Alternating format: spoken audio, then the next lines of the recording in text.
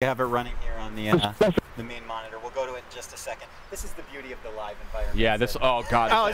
This is great. I got my own little TV. This is perfect. Yeah, I got it all. Adam's doing a fantastic job so far. It's been really good. So first of all, you're actually playing this right now. Yeah, that's right. And I do want to emphasize how beautiful this game is. Oh, thank you. But yeah, Brian, tell me a little bit about what you guys want to show us this evening. So I think, the big thing is, again, I think that part of the Spider-Man fantasy is to swing around New York City and, to have, not only just a great story, but have a bunch of different activities in that world. And we wanted to, give people who attend E3 an opportunity to experience that. So, obviously it's a big narrative-driven experience, but at the same time, part of that superhero fantasy, especially that Spider-Man experience, is living within New York City and seeing that. So, Adam is one of he's one of our combat pro players because he's a combat designer, and again, he's just showing off some really awesome stuff that as you get better with the game, obviously, we wanted to have a pick up and play feel, but at the same time,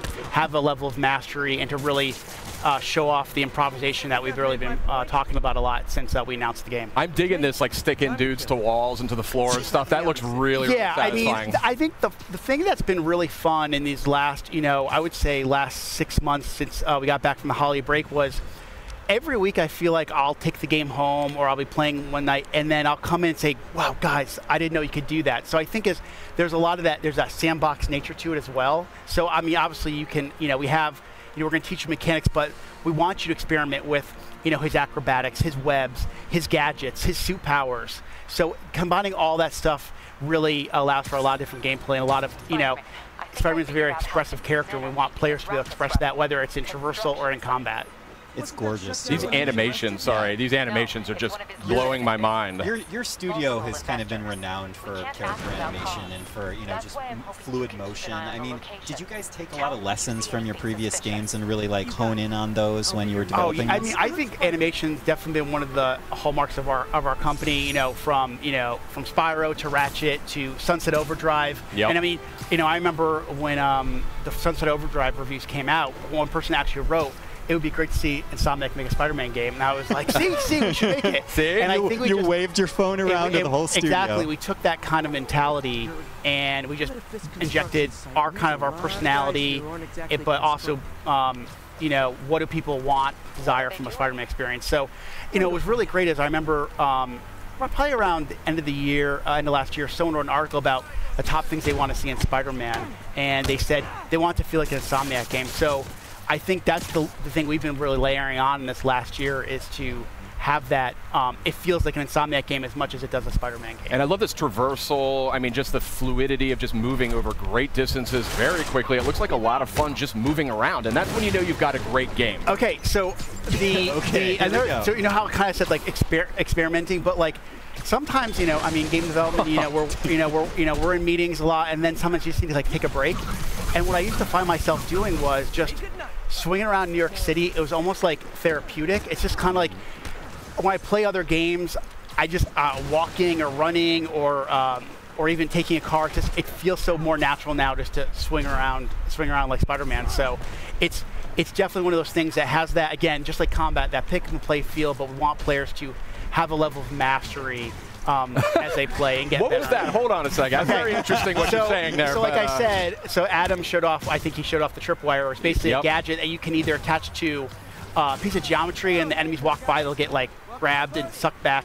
But you can also attach it to an enemy, and if an enemy walks by, they kind of slam into each other. That is amazing. This is so cool. What's this focus meter about? So the focus meter is basically, there's kind of a risk reward. As you build focus, you can use it to heal. Sid's having a religious It experience. just looks incredible. Okay, thank you. The team works really, really hard on it. Really, really hard. Clearly. And the idea is the focus is kind of a way to, it's a risk reward. Like I said, you can either heal yourself or you can kind of, if you fill up the bar a certain way, you can actually pull off a finishing move. So, as you play the game, you can kind of say, well, do I want to maybe heal myself real quick, or do I want to wait for that really extravagant move to kind of take the guy out instantly? Got it. Brian, a question for you is, obviously Spidey has, with his experience being under the mask for so many years now, Yep, in 8 your years. story, 8 years. Thank you. You got to be precise. I got it.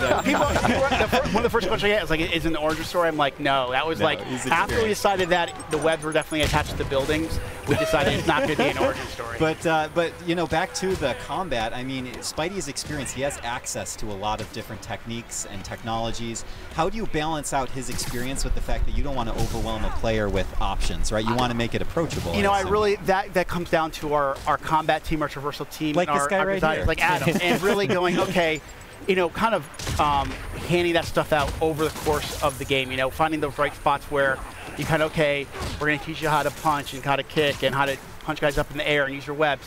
But then we layer on things like gadgets and then the suits and the suit powers. And it's kind of giving over time. If we just, you know, one thing with something like E3, you know, we want you to feel great, right? But there's a lot to learn really quickly. So just, you know, normal course development, we kind of find those spots in the game where it makes most sense to teach those mechanics. And then as the game goes on, we want you to master those because the game's only going to get harder. Yeah, absolutely. Sid, That's what great. do you think? I got to say, this game is Beautiful, looking right? absolutely gorgeous. This is, I mean, this is just, I mean, it was looking spectacular to begin with, but this is on a totally different level. And I can just we're see seeing that so much. I can see that polish, though. That's the thing, and that's what comes out in that final few months of development. Yeah, I mean, if you guys watched the press conference, right? Sure. You saw all those games, those first-party games, and they all have a level of polish. And to be in a press conference with the likes of a Naughty Dog, a Sucker Punch, Kojima Productions, we are very honored to be, and we know there's a certain level of polish that people expect from a PlayStation game, especially a first-party game. So we want to be considered right up there. Well, and not to mention also from the Marvel, you know, Marvel fans expect to have that perfect experience. Of course. May I just ask real quickly, you know, as we're starting to wind down here, from a personal perspective, I mean, what's it like for you and for the team to be able to kind of look up at the big screen and see your game after all that time, all that work? I'm known as a crier, so it takes a lot for me not to get choked up. Like right now, they're playing the theme song to the game in the background as we're sitting here, and I mean, this is an amazing industry, and to be part of it is one thing, but to work on something you truly love is something that when you were a little kid thinking, oh my God, could I ever work on a Spider-Man game, let alone be in video games, is just absolutely surreal. I use that word a lot when I describe working on this game, and to work with a group like Sony and work with Marvel, and that feeling is felt by so many Insomniacs. So we couldn't be prouder, and the support we've gotten across the board, not only from Sony, Marvel, but also the fans, has been spectacular. Brian, it just looks incredible. I mean, there's no other word for it. And you're flabbergasted. I really am. It's stunning. I mean, just look at that. How can you not be blown away by that? But we do have a limited amount of time here. Brian, you're an industry veteran. You've been in the industry for a long time. I know this is a lifelong dream for you working on this game. And I want to thank you and Insomniac for making it. Thank you for having us. And for coming by as well. Spider-Man was so awesome that it broke my mic, and I have to use the